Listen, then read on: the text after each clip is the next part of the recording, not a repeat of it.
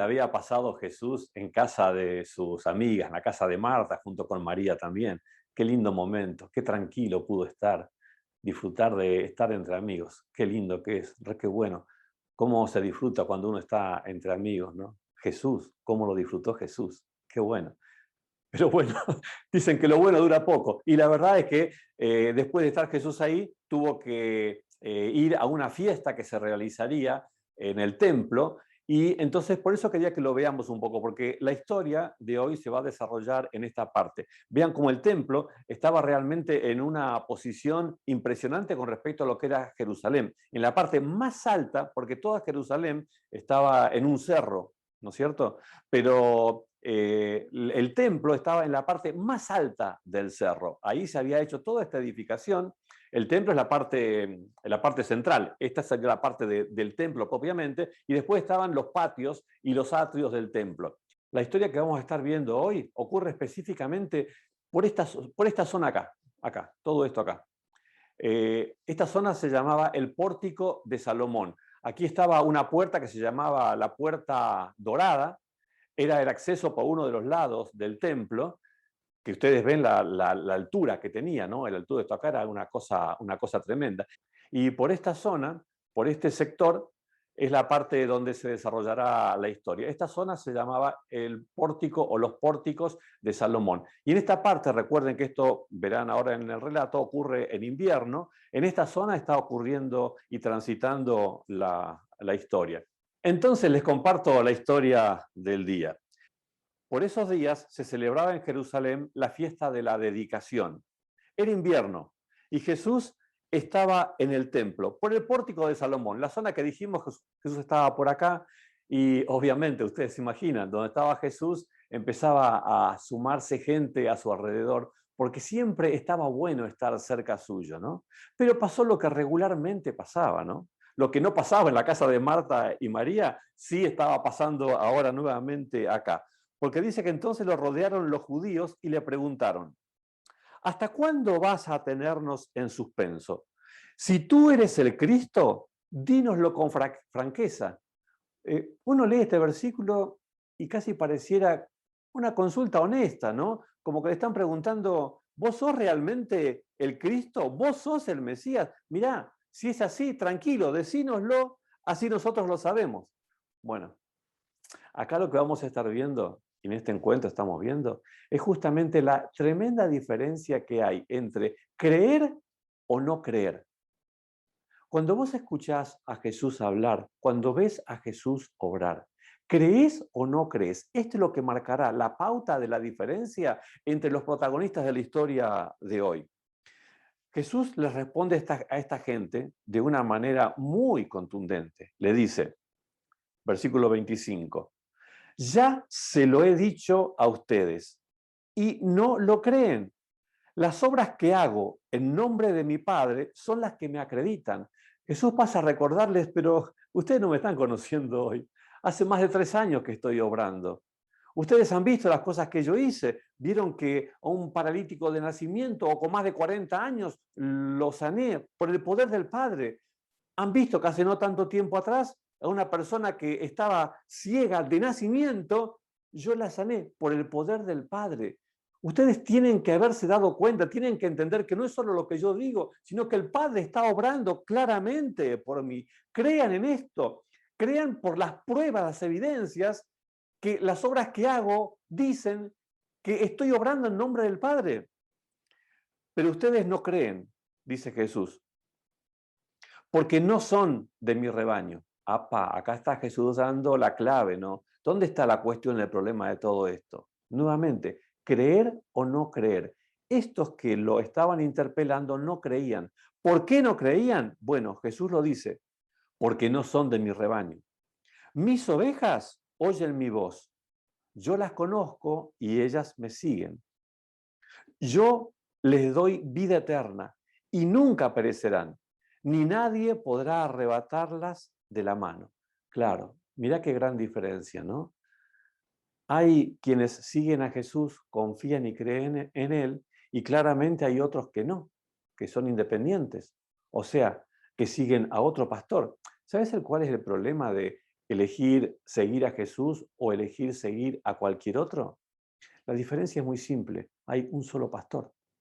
Entonces, si estás siguiendo a otro, estás siguiendo simplemente a un falso pastor. Es a Jesús a quien debemos seguir. Es a Jesús a quienes estos que estaban escuchando e interpelando a Jesús debían seguir, debían confiar en Él. ¿Podría esa gente confiar en Jesús? El problema es que estaban siguiendo a otro líder. Entonces Jesús continúa diciéndoles, mi Padre que me las ha dado es más grande que todos y de la mano del Padre nadie puede arrebatarlas. Miren qué bueno que es ser oveja del rebaño de Jesús. Les estaba Jesús tratando de hacer entender a estas personas que le entiendan, ¿no? La importancia que quienes seguían a Jesús, al buen pastor, estaban bajo el cuidado protector del Padre Eterno. ¿Y quién iba a osar arrebatar a una de esas ovejas de la mano del Padre? Si estaban en las manos del Dios Todopoderoso que las protegía, que las cuidaba y que les aseguraba poder tener la salvación, ¿quién se las podía arrebatar? Qué importante que es poder permitirle a Jesús que sea el que guíe los pasos de nuestra vida, ¿no? Y después hace una afirmación tremenda. Dice el versículo 30, más claro no podía ser. Jesús dijo, el Padre y yo somos uno. A ver, ¿acaso Jesús está afirmando acá categóricamente que Jesús es uno con el Padre Eterno, con Dios Todopoderoso? ¿Jesús está afirmando que Él es Dios? Sí, claramente sí. Y tan claramente está afirmando esto que acá nuevamente se presenta esta disyuntiva. ¿Creer o no creer? Si crees en lo que Jesús está diciendo, es momento de agachar la cabeza y decirle, Señor, ¿qué querés que haga? Ahora, si no crees, es momento de enojarte con Él, porque lo que está diciendo es una tremenda blasfemia. Alguien que no es Dios, que es un simple hombre, se quiere poner en lugar de Dios. Acá está la diferencia. ¿Crees o no crees en su palabra? Acá nos dice el Evangelio que estamos leyendo, versículo 31, una vez más, los judíos tomaron piedras para arrojárselas. No le creyeron, está clarísimo. Por eso se enojaron tanto con esta afirmación, esta blasfemia, según ellos creían, de Jesús, porque Jesús se llamaba a sí mismo Dios, claramente, que decidieron, a este hay que matarlo ya. Agarraron piedras para poder matarlo, pero Jesús les dijo, yo les he mostrado muchas obras irreprochables que proceden del Padre. ¿Por cuál de ellas me quieren apedrear? De vuelta, muchachos, ¿qué están haciendo? Piensen, razonen. A mí, la verdad, me llama mucho la atención como Jesús continúa esforzándose por tratar de que razonen, que reflexionen, que recapaciten. Y entonces esta gente le contesta, mirá, no te apedreamos por ninguna de ellas, sino por blasfemia, porque tú, siendo hombre, te haces pasar por Dios. Claro, si fuese verdad lo que ellos decían, tendrían razón en lo que estaban haciendo, porque hubiera sido una terrible blasfemia. Pero miren ustedes cómo Jesús quiere que se entienda más claramente todavía lo que él estaba afirmando acerca de sí mismo. Versículo 34. ¿Y acaso, respondió Jesús, no está escrito en su ley, yo he dicho que ustedes son dioses, dioses con minúscula, ¿no? Y si Dios llamó dioses con minúscula a aquellos para quienes vino la palabra y la escritura no puede ser quebrantada, a ver, había algunos que tenían autoridad de gobierno, jueces, que tenían una autoridad de liderazgo, habían recibido la ley y la administraban. A estas personas, Dios en un salmo los llama dioses con minúsculas. ¿Por qué? Porque de alguna manera cogobiernan o gobiernan con cierta autoridad limitada, obviamente, y por eso los llama en ese salmo dioses con minúsculas. Jesús estaba aclarando acá muy bien las cosas. Jesús no estaba pretendiendo tener un poco de poder, ser un poquito gobernante, ser algo así como un juez con influencia, sino que Jesús dice entonces, ¿por qué me acusan de blasfemia a quien el Padre apartó para sí y envió al mundo? Tan solo porque dijo, yo soy el Hijo de Dios. Claro, cuando Jesús menciona, yo soy el Hijo de Dios, lo dice con toda la intención de que se entienda el Hijo de Dios. No, un Dios con minúscula, alguien con una influencia, con una autoridad. No, no, no. Jesús claramente se hacía el Hijo de Dios, Dios Padre Todopoderoso. Y entonces dice el versículo 31, miren, gente, y Jesús insiste con querer hacer razonar a estas personas. Si no hago las obras de mi Padre, claro, no me crean. Pero si las hago, Jesús se está remitiendo acá no a las palabras, sino a las acciones. Por su fruto los conoceréis. Jesús dice, miren, miren lo que hago. Dejen de pensar en lo que digo, miren lo que hago y crean o no crean. Pero si las hago, si hago las obras de mi Padre, aunque no me crean a mí, crean a mis obras, para que sepan y entiendan que el Padre está en mí y yo estoy en el Padre. Otra vez está remitiéndolos a las pruebas y diciéndoles que el Padre y Él son lo mismo, el Padre y Él son Dios, el Padre y Él son uno. Entonces, cuando Jesús nuevamente afirma esto, en vez de razonar y decir, bueno, verdaderamente el Padre está obrando a través de Él, los milagros que efectivamente este hombre ha hecho son irrefutables, claramente Dios lo está usando, no. Versículo 39, nuevamente intentaron apedrearlo, pero Él se les escapó de entre las manos. Nuevamente Jesús se retiró del templo donde había estado y tuvo que irse del templo y de Jerusalén.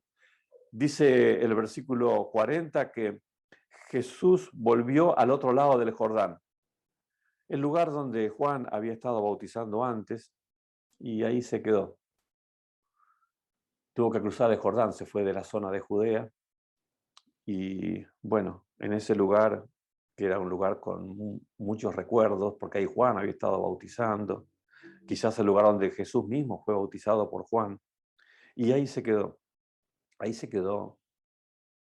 por muchas semanas. Mucha gente acudía a él y decía, gente que seguramente había escuchado también a Juan predicar en su momento, decía, aunque Juan nunca hizo ninguna señal milagrosa, todo lo que dijo acerca de este hombre es verdad. ¿Qué es lo que había dicho Juan? Que él era el Mesías, el Cristo, el Salvador del mundo. Y esta gente escuchando y viendo a Jesús, claro, escuchando sin prejuicios a Jesús, no tenía más remedio que creer, que confiar en Él. Y termina el relato de hoy diciendo que muchos en aquel lugar creyeron en Jesús. ¿Cuál es tu decisión? Uno siempre puede elegir creer o no creer. ¿Cuál es tu decisión?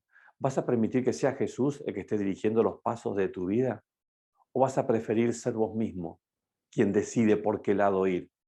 Vos mismo quien decide qué es lo que está bien y qué es lo que está mal. Ojalá que tengas la sabiduría que tuvo esta gente, estos que estaban con Jesús sin prejuicios, escuchando y viéndolo, y simplemente creyeron en Él. ¿Sabes cuál es la gran diferencia? Que el que cree en Jesús tiene vida eterna. El que no cree en Jesús sigue estando perdido. ¿Cuál es tu decisión? Que Dios te bendiga.